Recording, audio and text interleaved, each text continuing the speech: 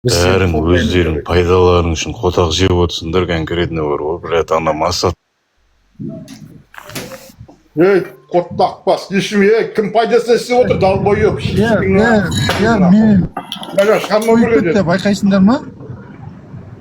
Анау үшарып қана 100% гарантия берем, үшарып. Явно ғой, явно ғой. Бұл мына питараз қазақтарға манадан не айтып жатыр? Жарғы айтып жатыр па сонда? Қазақтар ойлаңдаршы.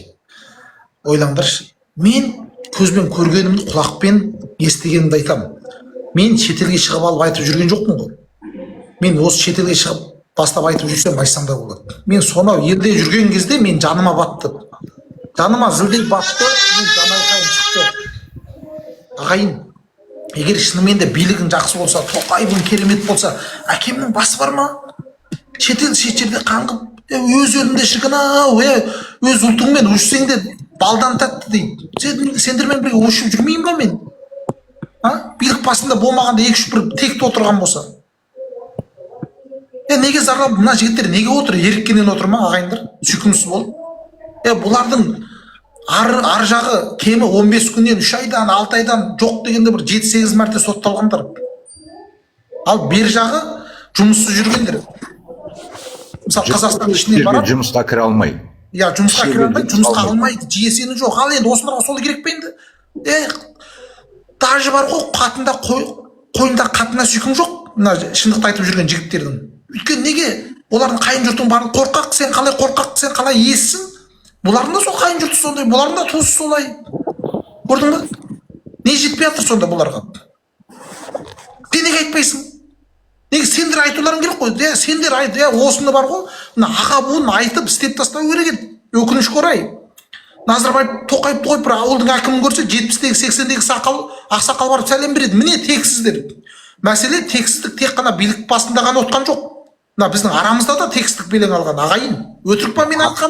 Айтқан, мен Қазақстанда тұрам көресің, мені бәрі біледі. Тоқташы, брат, сөйлеп атыр. Өтірік па? 70-80-дегі ақсақал бір ауылдың әкімін көрсе, құдай көргендей барып сәлем береді. Міне. Ал біз осы көзбен көріп, құлақпен естіп, жанға батқанын айтып жүрміз. Болмаса бірің өліп, бірің қалды демеуге не хақымыз бар еді біздің? Бізде пендеміз сендер сияқты. Сендер сияқты бізде етпен, сүйектен жаралған пендеміз. Бізде де қорқыныш бар, бізде қорқамыз. Бірақ бізде бір нәрсе бар, бізде ақиқат бар. Көрдің ба? Аллах тағалам берген тұмысымыздан, атамыздың қанымен, анамыздың ақ сүтімен келген бір ақиқат бар. Сол үшін біз шырылдап айтып жүріп. Болмаса сөздің шыны, осы 15 сендер шықпайсаңдар, маған да керек емес. Мен жемеген, мына қарым боғымен пістін деп, мен де қоя саламын. Аллахи бұллахи. Мен бірақ қоймайды шығар, бірақ айтып жүремін ортасында. Бірақ шаршамай, мен шаршадым өз басым. Қудыртып та айттым, тиктокқа келдім, жарты жылдан асты, жылатып та айттым, білмеймін. Айтып келе жатыр, мен жалғыз мен емес қой. Мына Мосат деген, Берік деген жігіттер. Көбің негізі жек көретін шығарсыңдар, мына Діліш. Жоқ. Ағайын, бұлар шаршады. Бұлар шаршады, бұлар мақтап та айтты, күлдіп та айтты, қыдықтап та айтты сендерді. Бірақ ең соңында жеме-жемге келгенде айтты, атарға оғы, айтарға сөзі қалмады бұл жігіттерді. Сол үшін дұрыс түсініңдер, қазағым. Тым болмағанда қарсы шықпаңдар, қолдамай-ақ қойыңдар. Бұл жігіттер біз сендерден ақша сұрап жатырық па? Айтыңдар, қазақтар, мен түсінбеймін сендерді бар ғой. Сендерден ақша сұрадық па біз? Жетімге нанымыз ішерге суымыз қалмады, ақша бердім. Жоқ, ақша сұраған жоқпыз ғой.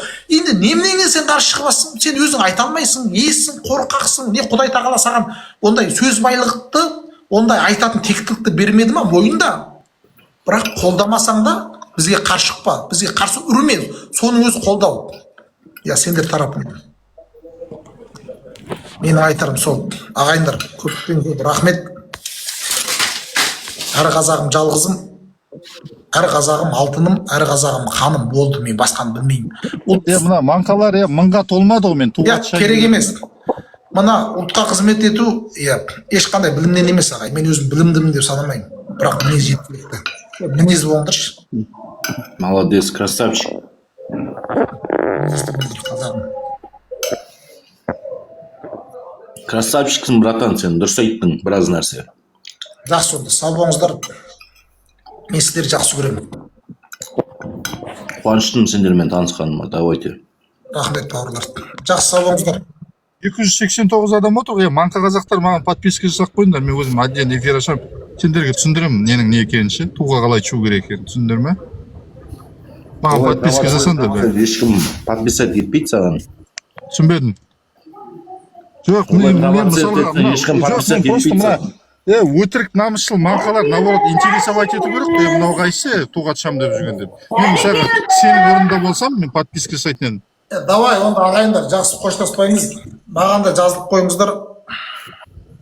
Жақсы, рахмет бәріңе, рахмет. Мына Берікке, Масатқа, жалпы Дылшағаға бәріне жазылыңыздар. Жақсы сау болыңыздар.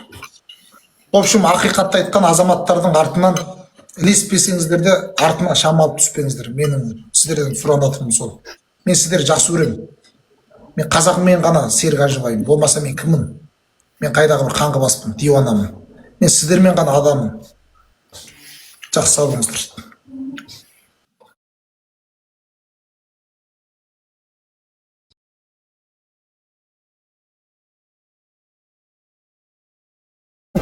Kitu mamangu aliniambia